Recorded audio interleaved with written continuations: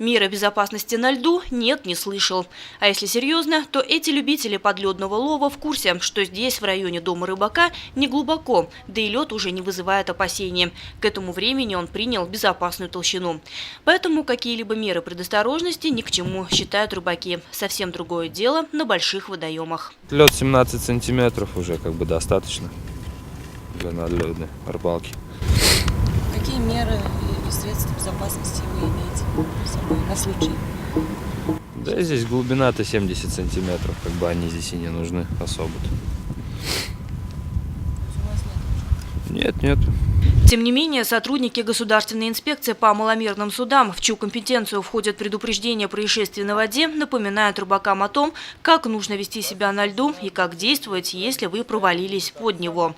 По закону запретить людям выходить на лед они не могут, зато регулярно проводят профилактические беседы и рейды, раздают памятки. Заранее надо наметить маршруты и двигаться по маршруту, пользоваться проложенными тропами, ледовыми переправами, обратить внимание на знаки об опасности. Если же вы двигаетесь на лыжах, надо заранее отстегнуть крепление, снять петли с рук, палки. Специалисты сообщают, на лед можно выходить, когда толщина достигнет 10, а лучше 12 сантиметров. Группу людей такой покров выдержит только при толщине не менее 15 сантиметров, а машину не менее 25. Рыбаков просят держаться подальше от трещин во льду и рассаживаться на расстоянии не менее 3 метров друг от друга.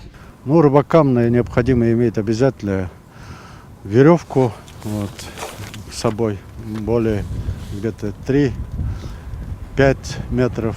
В одном конце большой петлей и с другом поменьше. Чтобы можно было кинуть эту веревку утопающему.